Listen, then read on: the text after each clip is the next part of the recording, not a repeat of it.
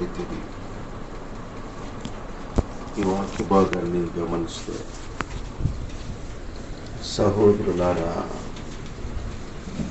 మీరందరూ కూడా స్వతంత్రముగా ఉండుటకు పిలువబడితిరి. మన వ్యక్తిగతమైన జీవితంలో కొన్నిసార్లు కొన్ని పరిస్థితులు మనల్ని బానిసత్వముగా చేస్తూ ఉంటారు. ఒక్కొక్కరికి బానిసలుగా ఉండాల్సి వస్తూ ఉంటుంది.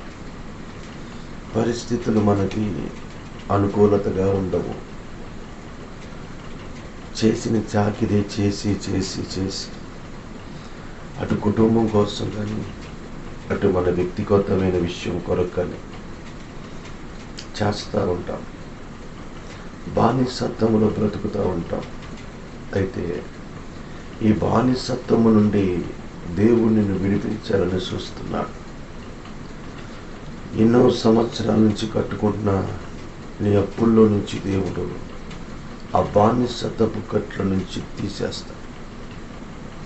కానీ కొన్ని పరిస్థితులు మనకి బానిసత్వమైన జీవితాల్లోకి నడిపిస్తూ ఉంటాయి. అందుకని దేవుని వాక్యం అంటుంది, ఎవరికి నువ్వు బానిసగా ఉండాల్సిన అవసరం లేదు. ఎందుకంటే దేవుడు నిన్ను స్వతంత్రుడుగా చేశాడు, స్వతంత్రాలుగా చేశాడు. ఎన్నో నీకు ఇబ్బందులు కలగవచ్చు. నువ్వు ఎన్ని సంవత్సరాలు కష్టపడి పనిచేసినా, కూడబెట్టినా అది ఒక క్షణంలోనే వెళ్ళిపోయి ఉండొచ్చు. చిన్నప్పటి కాడి నుంచి నీ బిడ్డలను పెంచి పెద్ద చేసి ఒక ప్రయోజకులు చేసిన తర్వాత వారు నిన్ను పట్టించుకోకపోవచ్చు. ఎంతో కష్టపడి ఇల్లు వాకిలన్నీ సమకూర్చి కష్టపడి కొనుక్కొని కట్టుకున్నా, అయినా కొన్నిసార్లు ఆ గృహం విషయంలో కూడా నీకు ప్రయాసానికి ప్రతిఫలం రాకపోవచ్చు. ఇదివరకు మంచి ఆరోగ్యంగానే ఉండేవాళ్ళు, కానీ ఇప్పుడు ఆరోగ్యం సహకరించట్లేదేమో. ఆ అనారోగ్యంలోని ఈ బానిసత్వంలోనే ఉండిపోవాలేమో అని అనుకుంటా ఉంటారు. దేవుని వాక్యం నీతో మాట్లాడుతుంది. నా సహోదరి సహోదరుడు, నువ్వు ఏ బానిసత్వానికి కూడా ఉండకుండా దేవుడిని విడిపించాలని చూస్తున్నాడు. కొన్ని పరిస్థితులు నిన్ను వెంటాడవచ్చు. కొంతమంది నిన్ను శోధించవచ్చు, కొంతమంది నిన్ను ఇబ్బంది పెట్టవచ్చు. మా కాడే ఉండాలి, లేకపోతే మేము చెప్పిన మాటే వినాలి, మాకు బానిసత్వంగా ఉండాలనుకోవచ్చు. కొంతమంది చూడండి, త్రాగుడికి బానిసైపోతారు, ఆ త్రాగుళ్ళ నుంచి బయటికి రాలేరు. కొంతమంది సిగరెట్లకు అలవాటు పడతారు, వాటి నుంచి బయటికి రాలేరు.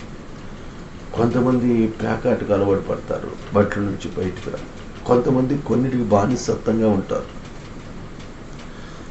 ఈ రోజున దేవుడు నీ బానిసత్వం నుంచి కొన్ని విడిపించాలని చూస్తున్నాడు. అందుకని దేవుడు అంటాడు, గాఢాంధకారపు లోయలో నువ్వు సంచరించినను ఏ అపాయానికి నువ్వు భయపడవద్దు అంటున్నాడు. నీ ఆత్మీయ జీవితంలో విడుదల పొందుకుంటావు. ఎంతమంది నిన్ను కృంగదీయాలని చూసినా, ఎంతమంది నిన్ను ఇబ్బందులు పెట్టాలని చూసినా, ఎంతమంది నీ జీవితంతో వ్యతిరేకంగా ప్రవర్తించాలని చూసినా, దేవుడు చెబుతున్నాడు, నేను నిన్ను విడిపించుటకు శక్తి కలిగిన దేవుడను, బలమైన దేవుడను.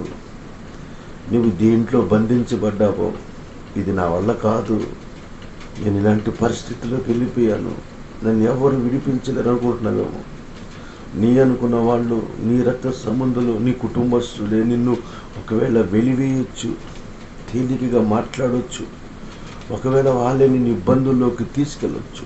కానీ ఈ ఉదయకాల ప్రభు నీతో మాట్లాడుతున్నాడు, నిన్ను విడిపించుటకు నేను వచ్చాను. ఏ స్థితిలో నువ్వు పడి ఉన్నా నేను విడిపిస్తాను. ఎటువంటి అనారోగ్యమైన స్థితిలో ఉన్నా నేను విడిపిస్తాను. ఎటువంటి ఆర్థికమైన పరిస్థితుల మధ్యలో ఉన్నా విడిపిస్తాను. అయితే నువ్వు గ్రహించాల్సింది ఏంటంటే, నువ్వు దేనికి బానిసయ్యావో ఆ బానిసత్వం నుండి బయటికి రా. నేను విడుదల పొందుకోవాలనుకో, ఈ వ్యసనాల నుండి విడుదల పొందుకోవాలనుకో, ఈ సమస్యల నుండి నేను విడుదల పొందాలని కోరుకో, ఈ యొక్క ఆటంకాల మధ్యలో నుంచి విడుదల పొందాలని కోరుకో. శాంతిని, సమాధానాన్ని, ఆనందాన్ని, ఆరోగ్యాన్ని ఇచ్చే దేవుడు. ఆయన పేరు నజరేయుడైన యేసు. ఏ సమస్యలోని ఉన్నావు, ఏ ఇబ్బందుల్లోని, ఏ ఇరుకుల్లోని ఉన్నావు, వాటిలో నుంచి నిన్ను తప్పించినకు బలవంతుడు, శక్తిమంతుడు ఆయన పేరు నజరేయుడైన యేసు.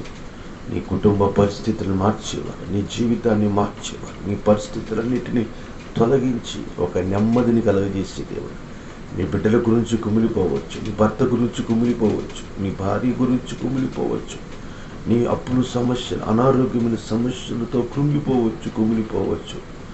ఈ ఉదయమున దేవుడు నీకు విడుదల చేయబోతున్నాడు, నిన్ను విడిపించాలని చూస్తున్నాడు. అయితే నువ్వు ఇప్పుడే ఈ క్షణమే కళ్ళు మూసుకొని ప్రార్థన చేసుకో. ప్రభువా,